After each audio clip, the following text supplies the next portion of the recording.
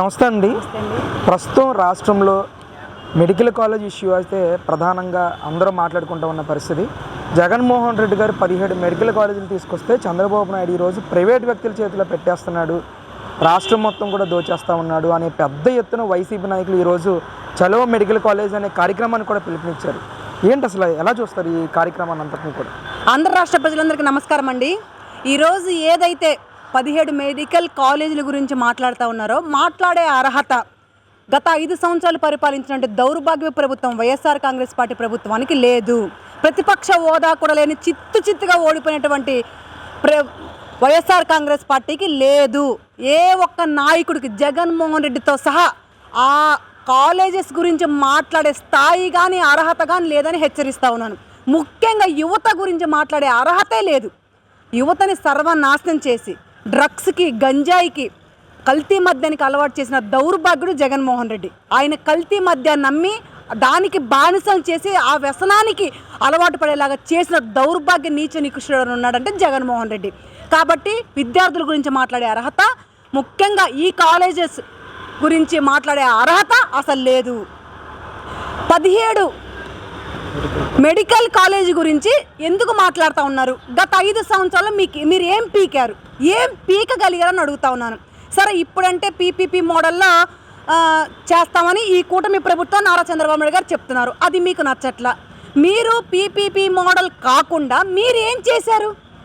కనీసం దానికోసము ప్రజాధనాన్ని ఎక్కడ ఖర్చు పెట్టారు? ప్రజల సొమ్ము, ప్రజల సొత్తు, ప్రజల కష్టాజీతం, ప్రజలు పన్నులను తీసుకున్నటువంటి సొత్తును మొత్తాన్ని మీరు ఏం చేశారని అడుగుతా ఉన్నాను.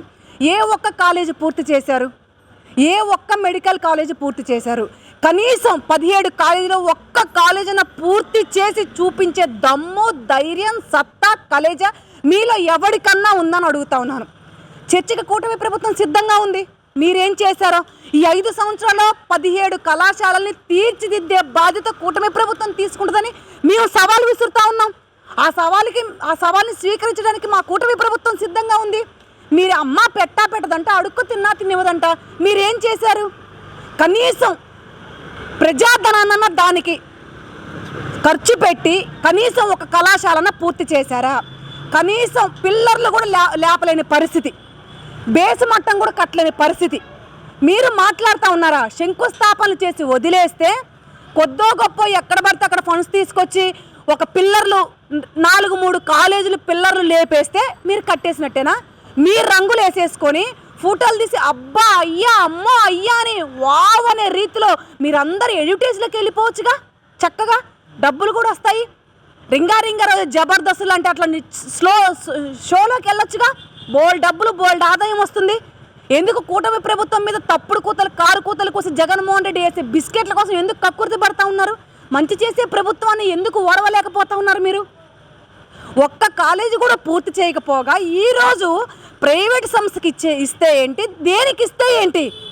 ఈరోజు ప్రైవేట్ సంస్థకి ఇచ్చిన పని చేసే ప్రభుత్వం కావాలి. కళాశాలలు పూర్తి చేసి విద్యను అందించే ప్రభుత్వం కావాలి కదా. ఎస్, ఈరోజు కుటుంబ ప్రభుత్వం అదే చేస్తూ ఉంది. ఈరోజు మీరు చెలో మెడికల్ కాలేజ్ అనే ధర్నా ఎందుకు చేస్తూ ఉన్నారు? మీకు అసలు అర్హత ఉందా? పోనీ మీరు ఏం చేశారు? ఒక కాలేజీ కూడా పూర్తి చేయలేని 5 సంవత్సరాల దౌర్భాగ్య ప్రభుత్వం వాళ్ళు మీరు ఈరోజు ఎందుకు మాట్లాడుతున్నారని అడుగుతా ఉన్నా. మీకు అర్హత కానీ స్థాయి కానీ ఉందా? నువ్వు సంచులకి ఖర్చు పెట్టిన 750 కోట్లు అదే మెడికల్ కాలేజీ ఖర్చు పెట్టొచ్చుగా. అసలు ఎన్ని సంచులు ఇచ్చావు? ఏ కుటుంబంలో ఎన్ని బియ్యం తీసుకున్న వాళ్ళకి ఎన్ని సంచులు అందించావు? ఏ రేషన్లో ఉన్నటువంటి ఒక్కొక్క కుటుంబంలో ఎన్ని సంచులు నీ సంచులు? దానికి 750 కోట్లు అవ్వలీలగా ఏం చేసావో తెలీదు. మాయ చేసి మబ్బు పెట్టి కళ్ళు మూసి కళ్ళు తెరిచే లోపు 750 కోట్లు లెక్క చూపించావు నువ్వు. సర్వే రాళ్ళ కోసం 750 కోట్లు. ఆ సర్వే రాళ్ళ మీద నీ ఫోటో అవసరమా? నీ బొమ్మ అవసరమా? సర్వే రాళ్ళ మీద, అసలు రాళ్ళ మీద శిలాపలకాలు ఎందుకు వేస్తారు తెలియదు, చచ్చిపోయినోడికి వేస్తారు. కానీ నీ పిచ్చి పరాకాష్ఠకెళ్ళి నువ్వు ఏదో పెద్ద తోపుగాడు అని ఒక్కసారి ముఖ్యమంత్రి అయిన పాపానికి ఇంకా నీ అంత తోపుగాడు లేడని ప్రతి ఒక్క చోట నీ రంగులు, నీ ఫోటోలు, నీ పేర్లు, నీ పిచ్చి పరాకాష్ఠకి వెళ్ళి కనీసం సర్వే బొమ్మల మీద కూడా నీ ఫోటో వేసుకోవడానికి, నీ రంగులు వేసుకోవడానికి 750 కోట్లు తగలబెట్టావు. అయ్యే 750 కోట్లు విద్యార్థుల కోసం ఖర్చు పెట్టచ్చుగా, అదే మెడికల్ కాలేజీల కోసం ఖర్చు పెట్టచ్చుగా. రంగులు వేయడానికి 1300 కోట్లు, రంగులు తొలగించడానికి 1300 కోట్లు ఖర్చు పెట్టిన దౌర్భాగ్య ప్రభుత్వం ఏదన్నా ఉందంటే ఆనాడు గత 5 సంవత్సరాల వైఎస్ఆర్ కాంగ్రెస్ పార్టీ ప్రభుత్వం ఈరోజు ఎక్కడైనా సరే ప్రజాధనాన్ని వృధాగా అవలీలగా ఎక్కడైనా ఒక్క రూపాయి అయినా ఖర్చు పెట్టిందా కూటమి ప్రభుత్వం? చర్చకి మేము సిద్ధంగా ఉన్నాం. ఒక మహిళగా నేను సిద్ధంగా ఉన్నాను. కూటమి ప్రభుత్వం పలాని చోట పలాని తప్పు చేసి వృధాగా ప్రజాధనాన్ని ఇదిగో ఇంత ఖర్చు పెట్టిందని ఎక్కడన్నా చూపించగలరా? ఎస్, 5 సంవత్సరాలు మీరు ఎంత ఖర్చు పెట్టారో నేను చూపిస్తా. ప్రతి ఒక్క చిట్ట నా దగ్గర ఉంది. ఎవడొచ్చినా సరే జగన్మోహన్ రెడ్డితో సహా నేను చర్చకు సిద్ధంగా ఉన్నా. ప్రతి ఒక్క చిట్ట, ప్రతి ఒక్క లిస్టు మీ కళ్ళకు కట్టినట్టుగా విత్ ప్రూఫ్స్తో సహా చూపించడానికి నేను సిద్ధంగా ఉన్నా. ఎన్ని వేల కోట్లు తగలేశారో ప్రజాధనాన్ని వృధాగా, అవసరం లేని పనులకి, మీ పైచాచిక ఆనందం కోసం, మీ శాడిస్ట్ కోసం, మీ సైకోతనం కోసం, మీ పబ్లిసిటీ కోసం ప్రజాధనాన్ని వృధాగా ఖర్చు పెట్టారు కొన్ని వేల కోట్లు. మీతో పోల్చుకుంటే కూటమి ప్రభుత్వం ఎక్కడ, మీరెక్కడ?